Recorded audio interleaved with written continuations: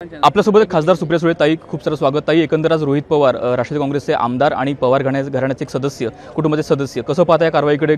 सुडाचं राजकारण होतंय का? सुडाची कारवाई होते का? तुम्हाला हा प्रश्न विचारायचा मोह होतोय, तुमच्या प्रश्नाचंच माझं उत्तर आहे. कशा प्रकारे पाहता एकंदर ज्या प्रकारे चौकशी सुरू झाली, अगदी धाडी पडल्या, छापेमारी सुरू झाली, कशा प्रकारे कारवाई होते? याआधीही अनेक जणांना ईडीच्या नोटीस आल्या होत्या. कसं पाहता या कारवाईकडे? याचं अंतिम ध्येय किंवा अंतिम उद्दिष्ट काय असू शकतं? त्याचं अंतिम उद्दिष्ट हे मी सांगू शकत नाही, पण गेल्या 10 वर्षात आईस, इन्कम टॅक्स, CBI आणि ED ह्याच्या अनेक धाडी या राष्ट्रवादी काँग्रेस पक्ष, काँग्रेस असेल किंवा शिवसेना असेल, या सगळ्या नेत्यांवर झालेल्या आहेत. त्याच्यामुळे गेल्या 10 वर्षात आम्हाला याची सवय झाली आहे. रोहित पवार यांचं अगदी 1-2 दिवसापूर्वीचं एक वाक्य होतं. त्यांचं म्हणणं होतं की जर मी अजित पवारसोबत यांच्यासोबत गेलो असतो तर कारवाई झाली नसती. कसं पाहता हे वक्तव्याकडे? त्यांचंच वक्तव्य आहे. त्या भावना आहेत ना, त्याचा आदर केला पाहिजे. बरं, पवार कुटुंब संपूर्ण त्यांच्या पाठीशी उभं आहे. पवार कुटुंब फक्त नाही, राष्ट्रवादी कुटुंब, महाविकास आघाडी, इंडिया अलायन्स आणि महाराष्ट्राची मायबाप जनता जी 6 दशकं आदरणीय पवारसाहेबांबरोबर उभी राहिली, त्यांच्यासमोर मी नतमस्तक होऊन त्यांच्या मनपूर्वक आभार मानते की या संघर्षाच्या काळात आमच्याबरोबर ते आहेत. यामध्ये अजितदादाही देखील असतील, तेही कुटुंबातील एक सदस्य आहेत. अर्थातच सुडाचं राजकारण आम्ही कधी केलं नाही आणि करणारही नाही. आणि त्याच्यामुळे हे महाराष्ट्राचं आणि देशात जे गलिच्छ राजकारण चालले ह्याच्यासाठी नाही आलो आम्ही अनेक वर्ष सत्तेत राहिलो.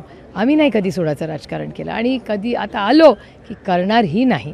कारण का राजकारण हे सर्व मायबाप जनतेच्या सेवा करण्यासाठी आलेलं असतं.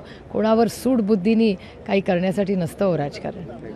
एकंदर युवा संघर्ष यात्रा ही जी रोहित पवार यांनी सुरू केली होती, त्या संघर्ष यात्रेमुळे कुठेतरी होतंय का राजकीय योगायोग म्हणावा का याला? ती त्याच्या यशाची पोचपावती असू शकते.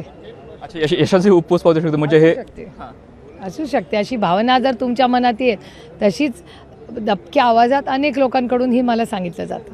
तुम्ही मगाशी विधान केलं होतं, त्यात तुमचं म्हणणं होतं की 85-95% ज्या केसेस आहेत, ज्या कारवाई होतात त्या विरोधी पक्षातील नेत्यांवर होत आहेत. हा माझा आरोप नाही आहे, हा डेटा आहे. तुमच्याही चॅनलवर असेलच ना डेटा.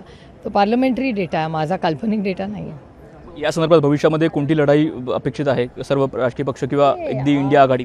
आमच्यासमोर आव्हानं आहेत आणि अर्थातचा काळ संघर्षाचा आहे, याच्यात काही वादच नाही. पण प्रत्येकाच्या आयुष्यात संघर्ष येतो आणि आपण जर सत्याच्या बाजूने असलो ना तर लढायला काय फार भीती किंवा काळजी वाटत नाही.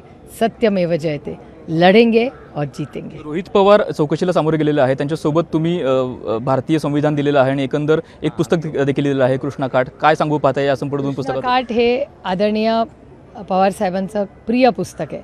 मलाही ते भयंकर पुस्तक आवडतं, कारण का आमच्यावर ज्यांचे संस्कार झाले, कैलासाची यशवंतराव चव्हाणांचं आत्मचरित्र आहे ते.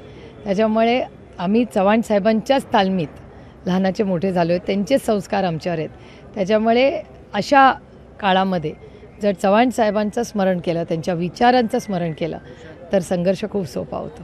आज विधिमंडळात देखील तुमची लढाई सुरू आहे, सुनावणी सुरू आहे. कशा प्रकारे पाहता? एकीकडे रोहित पवार इथं चौकशीला गेलेले आहेत ईडी समोर, दुसरीकडे ती संपूर्ण सुनावणी सुरू आहे.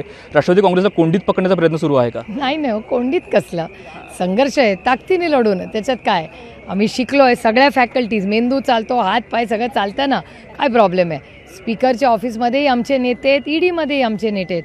सत्यमेव जयते. जेव्हा तुम्ही सत्याच्या बाजूने येता ना, मग संघर्ष फार अवघड वाटत नाही. एकंदर पाहता राजकीय सूडबुद्धीने कारवाई सुरू आहे आपण जर म्हटलं तर अटक सुद्धा होऊ शकते. मग कसं पाहता याकडे? कशासाठी? पण जर राजकीय सूडबुद्धी म्हटली तर जशी संजय राऊत यांना झाली होती किंवा नवाब मलिक म्हणतात, one step at a time. तुम्ही एवढ्या घाईत कशाला आहात? पुढच्या लढाईला तयार आहात? हो, अर्थातच. अहो, मी पवारांची लेक आणि सोळ्यांची सून आहे. संघर्ष माझ्या रक्तात आहे. अशा प्रकारे सुप्रिया सुळे यांनी आपलं मत स्पष्ट करत एकंदर पाठिंबा रोहित पवार यांना दिलेला आहे. लोकशाही मराठी ऐका, पहा, जागरूक रहा.